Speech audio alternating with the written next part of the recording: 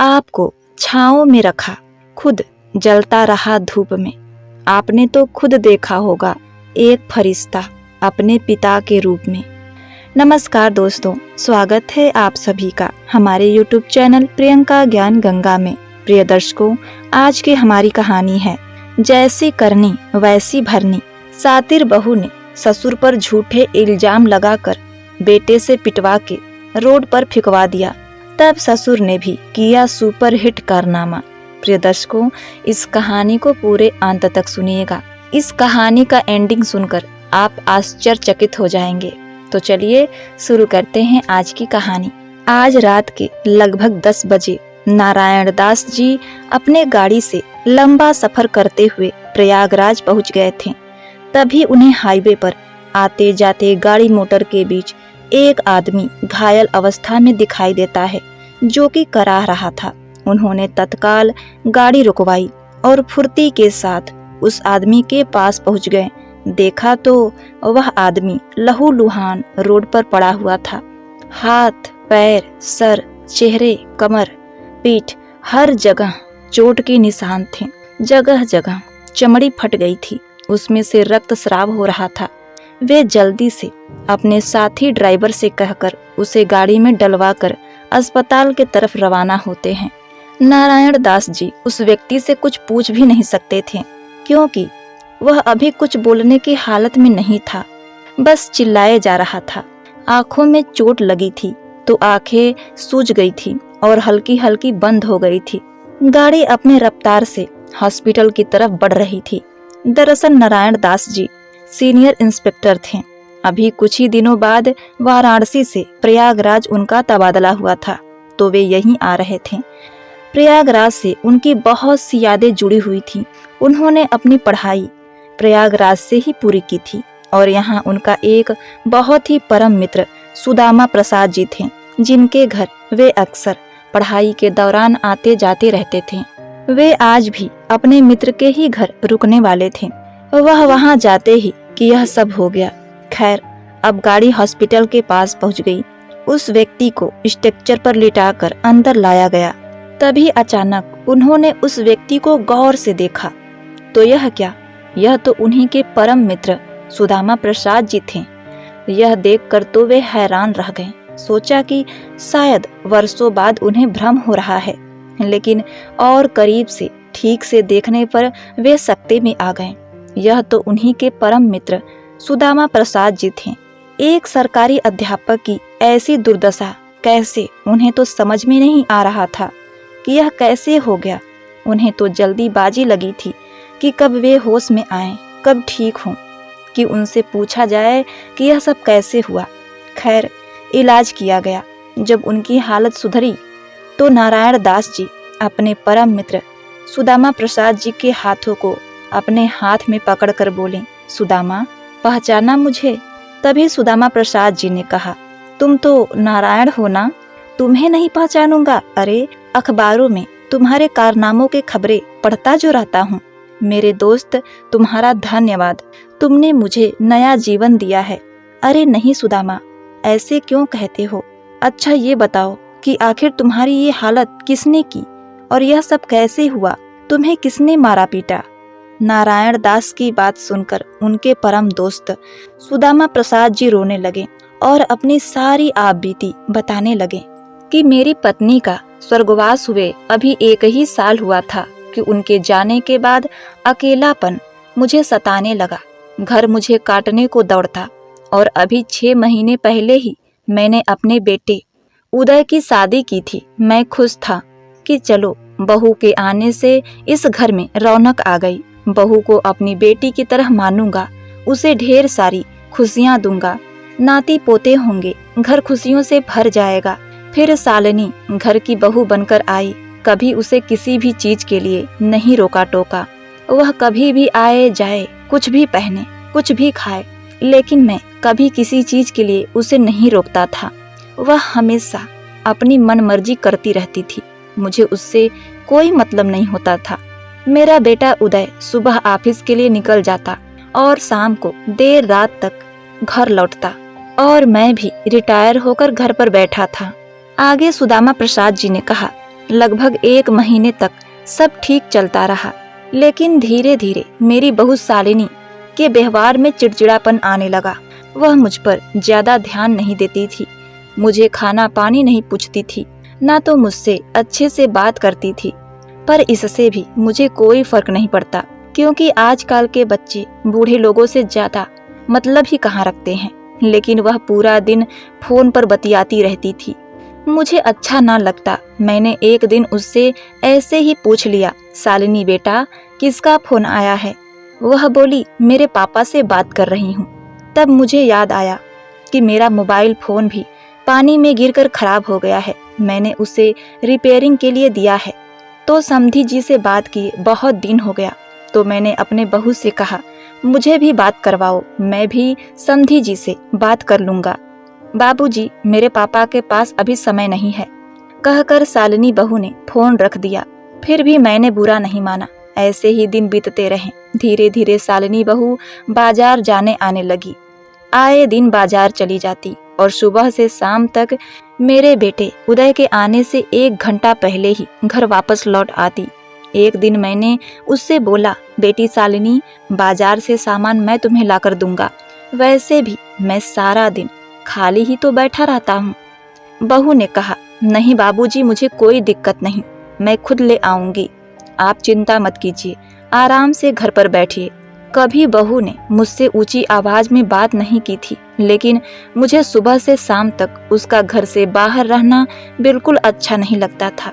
मैं सोचता था कि आखिर ऐसा क्या खरीदेगी जो सुबह से शाम हो जाता है। जब वह घर आई तब मैंने उससे बोला, बहू शालिनी, तुम ऐसे रोज रोज बाजार मत जाया करो और समय से पहले घर आ जाया करो, कि तुम उजाले में ही घर आ जाया करो। आजकल का जुग जमाना ठीक नहीं है बेटी, तुम देख रही हो ना, आजकल का माहौल खराब है। बहू बेटियां देर रात तक अकेली रात में सुरक्षित नहीं हैं। मेरे दोस्त नारायण, तब बहू ने पहली बार मुझसे ऊंची आवाज में चिल्लाते हुए बोला, आपको फिक्र करने की जरूरत नहीं है, और माहौल कैसा है यह मैं अच्छे से जानती हूँ, आपको बताने की जरूरत नहीं।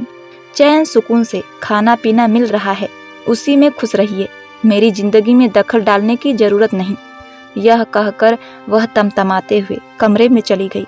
उस दिन के बाद मैंने बहू को कुछ कहना ही छोड़ दिया।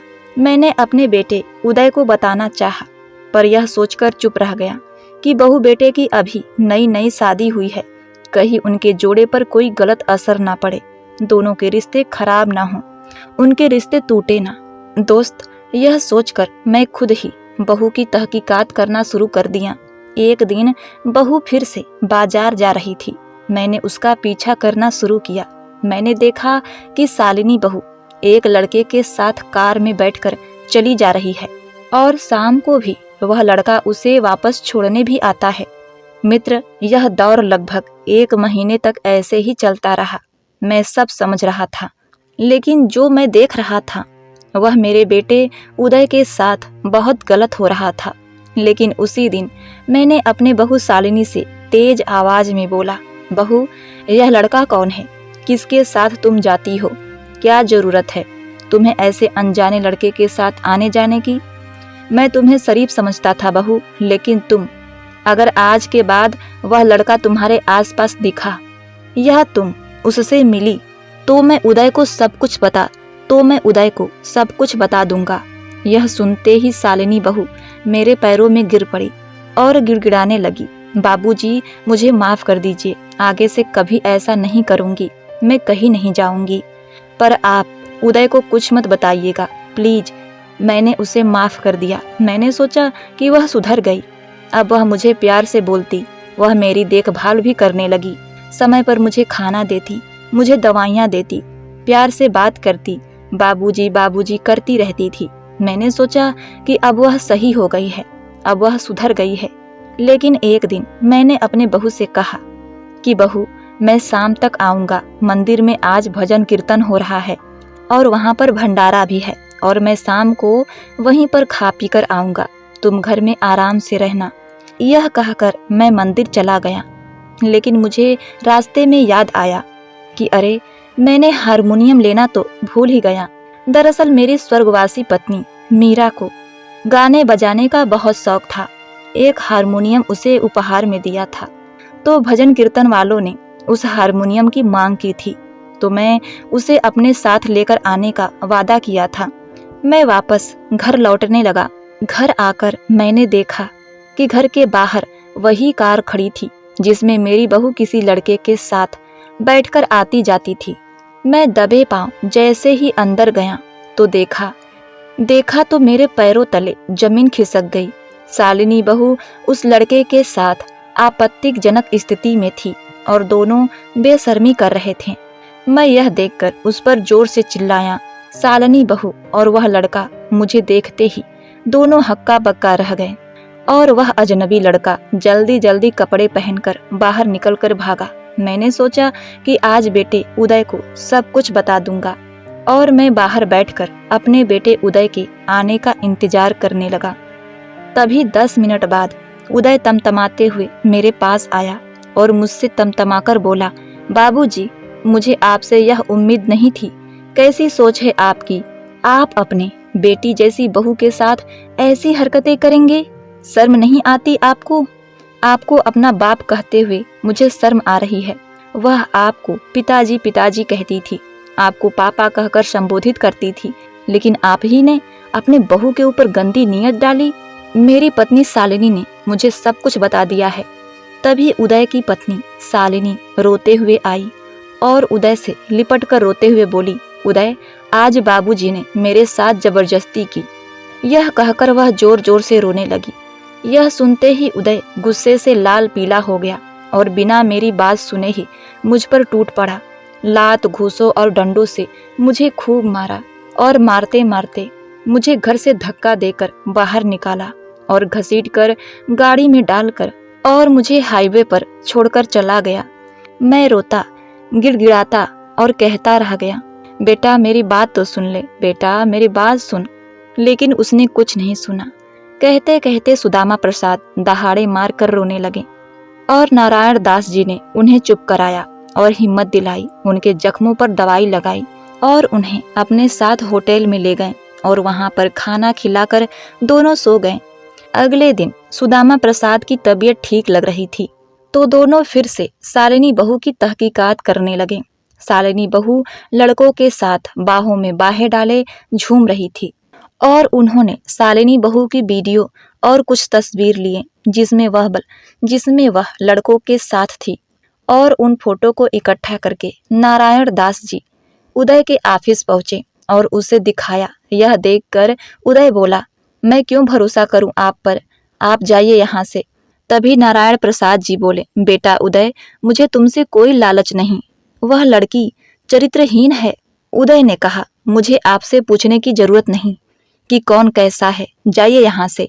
वह भी जानना चाहता था कि आखिर उस फोटो के पीछे सच्चाई क्या है। अगले दिन वह अपनी पत्नी शालिनी से कहकर गया, शालिनी, मैं आज ऑफिस से लेट आऊंगा, खाना बाहर से ही खाकर आऊंगा, मुझे आने में लगभग रात के 10-11 बज जाएंगे और तुम खाना खाकर सो जाना और अपना ख्याल रखना। यह कहकर उदय ऑफिस चला गया और इधर नारायण दास जी और सुदामा प्रसाद जी बेटे उदय के घर के बाहर नजर रखने लगे। फिर से वही कार आई।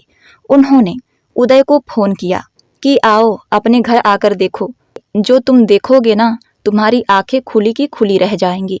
उदय आनन फानन में घर पहुंच आया। घर के बाहर एक कार खड़ी थी। यह देखकर उदय को गुस्सा आया, परंतु उसने धैर्य रखा। नारायण दास जी और सुदामा प्रसाद जी घर के बाहर छिपे हुए थे। उदय दबे पांव घर में दाखिल हुआ। अंदर जाकर जो उसने देखा, उसके ऊपर आसमान टूट पड़ा। वह भौचक्का रह गया। एक लड़का शालिनी को अपनी बाहों में भरे हुए था और दोनों एक।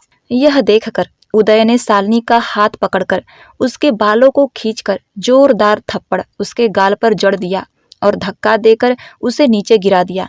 2 थप्पड़ की मार से ही शालिनी सहम गई और उस लड़के का बाजू पकड़कर उदय ने उस लड़के का बाजू पकड़कर उसे लात घूंसों से मारा और उस पर टूट पड़ा और डंडा लेकर उसके सर पर मारने ही वाला था। तभी सुदामा प्रसाद जी पुलिस के साथ अंदर आ चुके थे, क्योंकि नारायण दास जी ने अपनी टीम को बुला लिया था और उसे रोका। पुलिस वाले शालिनी और उस लड़के को पकड़कर ले गई।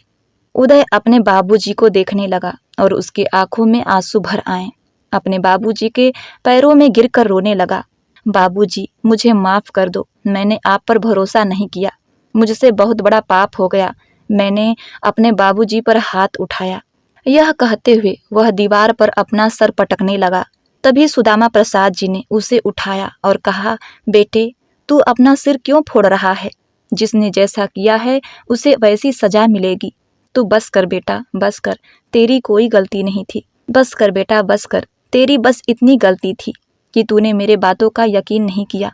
लेकिन बेटा, कुछ भी करने से पहले सच्चाई जान लेना चाहिए कि आखिर हकीकत क्या है, तभी कोई फैसला करना चाहिए।